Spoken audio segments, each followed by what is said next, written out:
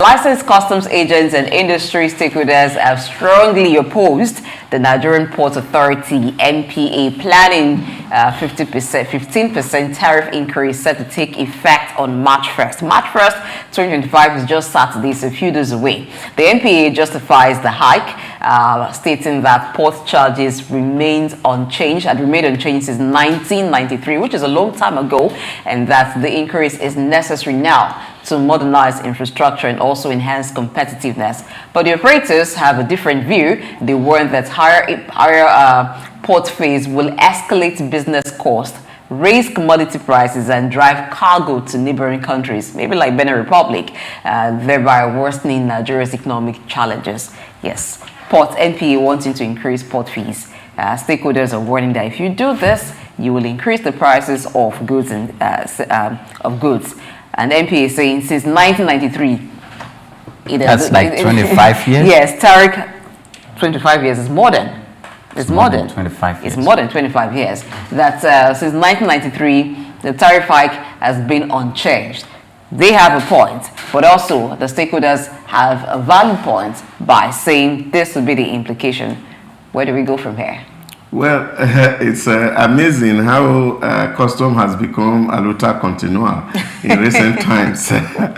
Because I also watched custom yesterday at the public hearing in the National Assembly opposing vehemently the new tax reform bill because in their words it will scrap custom, which I don't think it is.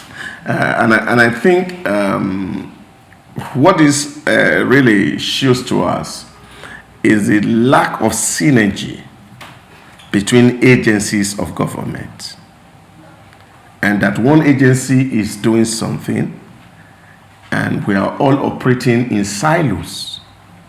And the reason why the nation itself has not made significant progress is because we operate in silos. We are not able to harmonize our policies and our programs such a way that it will advance the cause of the government in power. And this is very, very worrisome for me as a person. When you see an agency of government is doing something, and then another agency of government is brutally criticizing what the other agency is doing, what that suggests is that there's no coordination. And that's worrisome. And like somebody had advocated some time ago, that it is this ego war that's actually making policy and their implementation not working in Nigeria. And I think those who are given the privilege of leading or heading agencies should have enough decorum that before getting to the press to make statements or create undue tension within the polity should be able to sit down around table and have this conversation so that all of us are speaking with one voice. But unfortunately, head of agencies with their high shoulders don't want to yield to another, and therefore we see this washing of our dirty linens in the public. And I think the president must take a stand on this issue, because it's important that as the president of the Federal Republic of Nigeria, who determined for his tenure where the nation is going, must be able to sit down with agencies head and understand that they are not running a parallel government. It is one government, and that government is for the good of the entire nation. And therefore, we must rally around ourselves to see how we can succeed.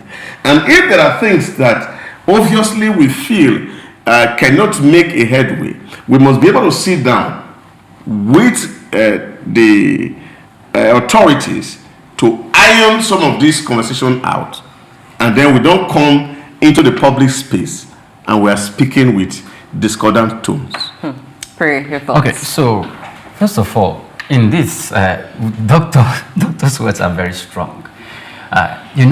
in a democracy, and you have, in the initial stage of policy making, which I believe the bill that Dr. referenced, which is the tax reform bill, it's not conclusive yet. Stakeholders, notwithstanding the fact that the governors have, supported, though you still have some form of people are taking different and diverse positions. And the Nigerian customs is straight under the control of the federal government. The federal government appoints the head of customs. So if there is a law that has become an act of parliament, or that has been passed, or a policy of government, the customs have no choice but to heed that word, hit the ground running, and carry out the details and the specifications, all stipulations of that law as it concerns, or as is relevant to the performance of their duties. I believe this tax bill is still in its initial stage, and the customs are looking at the imperatives. Maybe it's going to deny them funds, just the way the personal income tax, the company income tax, and the third fund may go into oblivion. And they are speaking up. It may not be an opposition. It could be that, please, can you take another look at this?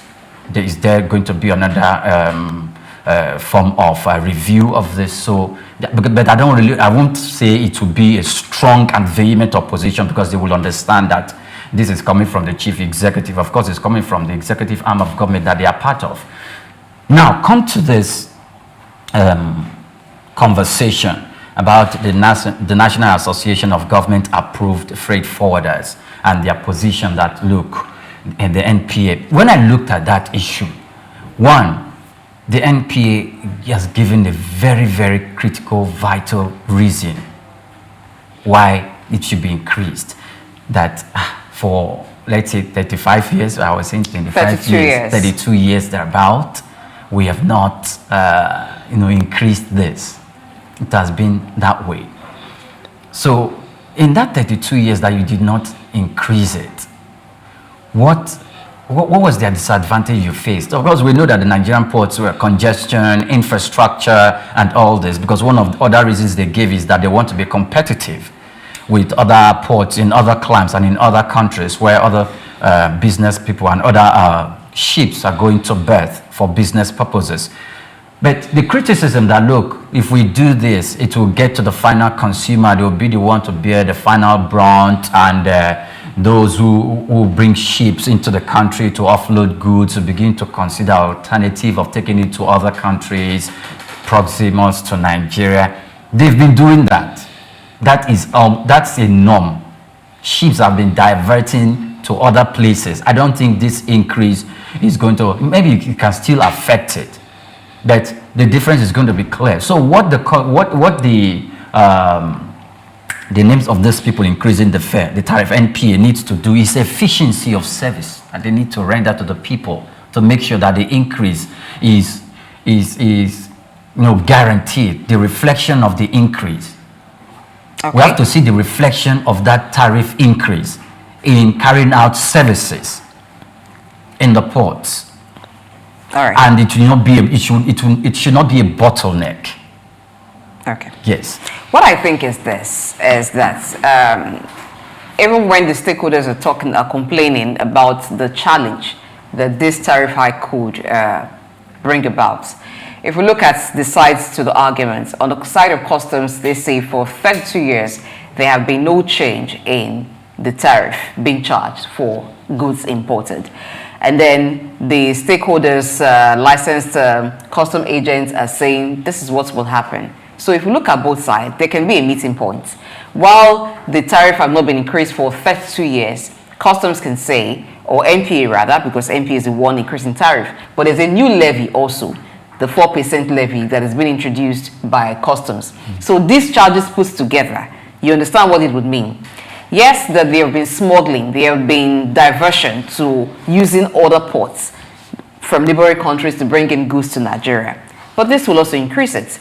Now, the position of the former Senate President, Bukola Saraki, was that this is ill-timed. I agree with that. But some may say, when is the right time? So let's come to a middle ground. You want to increase tariff. and the agents do not want you to increase tariff, instead of 15%, can we do 5%? So that you are also getting more for your operation costs, and then it's not too much of a burden on the clearing agents, because you understand that we are an import-dependent nation.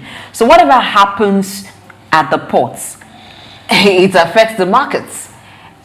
Now that has not even been implemented, we've not got into March 1st. But you know that already companies will begin to increase the price of the products that they already have in the markets because they want to prepare for that increase. Raw materials are being shipped to the country for manufacturers, and that's why you also have Manufacturers Association as part of the stakeholders that are opposing this hike that is to take effect. So it's going to be a major challenge for the economy. Prices of goods will increase. Prices of services will increase because everybody wants to be able to cover up for what they are spending. So I think what should have happened is a marginal increase. 15% is too high at this point. If you want to increase price because of the reality of the cost of your operations, it should be marginal. I don't even think that 15% increase will translate to efficiency. We've been saying that when it comes to equipment, scanners and all, customs have gotten it. Have we really seen much difference in terms of the congestion at the ports? So if we talk about infrastructure needs and other... control the customs.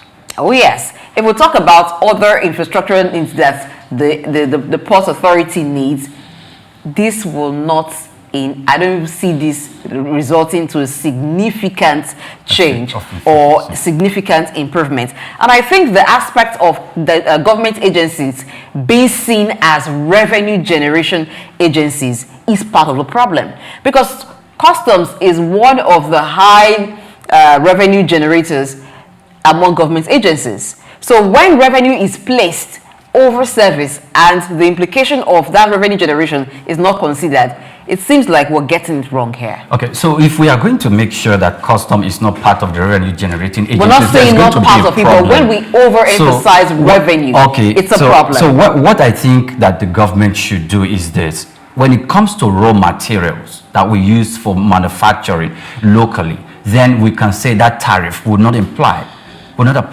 We have to give that even if you have discriminatory, even if you have some sort of discriminatory tariff. It's not discriminatory. Yes, it's going to be discriminatory because it's not, because we are looking at our strengths as a nation. We are looking at our strengths as a nation, and we are favoring the local industries, because that's the argument of the Manufacturers Association of Nigeria. They are not the only ones who are most of the imports here are to do with raw materials that served as food for the local manufacturing hubs in Nigeria. Okay, if that's the case, can we exempt raw materials from the class of goods that will be imposed tariff on?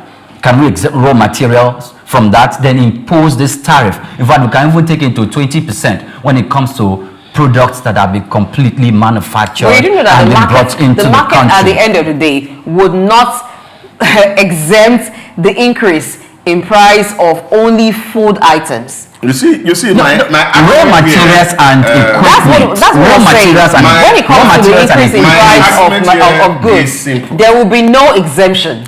I don't think every agency of government or agent of government should be collecting money, because this money is one purse that is all going to. Why should customs become a revenue collector? Really? What's the work of the custom?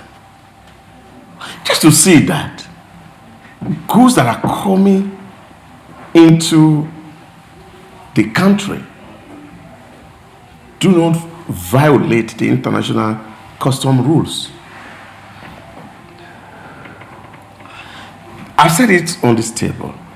If you look at 2024 budget, you will find that the cost for revenue collection for custom, NNPC, and FRS was running close to ₦500 trillion. How much did we collect with that? Yes, we would have collected 26 trillion. But even the president said, look, this money is way too high for revenue collection. And the need to streamline all this are just very, very important. Is that not what the Treasury single account was supposed to solve? Now, what you see, yes, the single account is there, but you're paying money straight in, is collected, custom can just budget it because it's the account within the CBN account, and that's what it is. But what I'm saying in essence is the fact that we can run a system where you have one revenue collector, which of course is maybe in this case the NPA. No, not even the NPA. What the tax agency, FRS, that's what the new act is actually proposing. Yes. So we don't have multiplicity of revenue collector. Yes. So we have one agency empowered by law to collect revenue on behalf of government. But we know that this revenue is coming from customs. We know that these are charges that are coming from MDAs or whatever it is. But at the end of the day, because we're talking about the ease of doing business here, NPA is funded partly by government. And then they cannot become government-funded agency. And as we maximize revenue collection, we can actually invest in the basic infrastructure with which these people operate.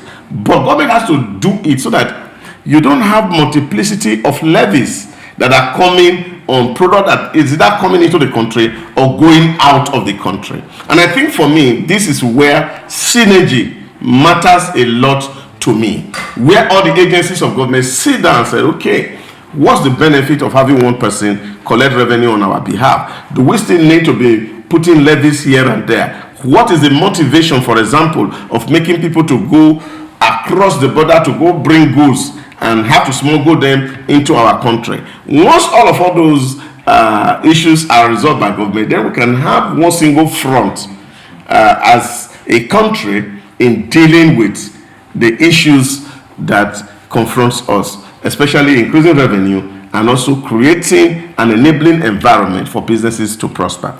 Well, the national president of the Association of Nigerian Licensed Customs Agents, Mr. Emenike Nwokoji, has said that the association will soon meet to deliberate on the way forward with all the charges on the port, because according to him, other agencies of government have also, within the port, have also increased their own charges. So wait to see what happens if this cry for a suspension of these charges, which is to be implemented, particularly the 15% 15% ports tariff hike, which is to commence 1st of March 2025.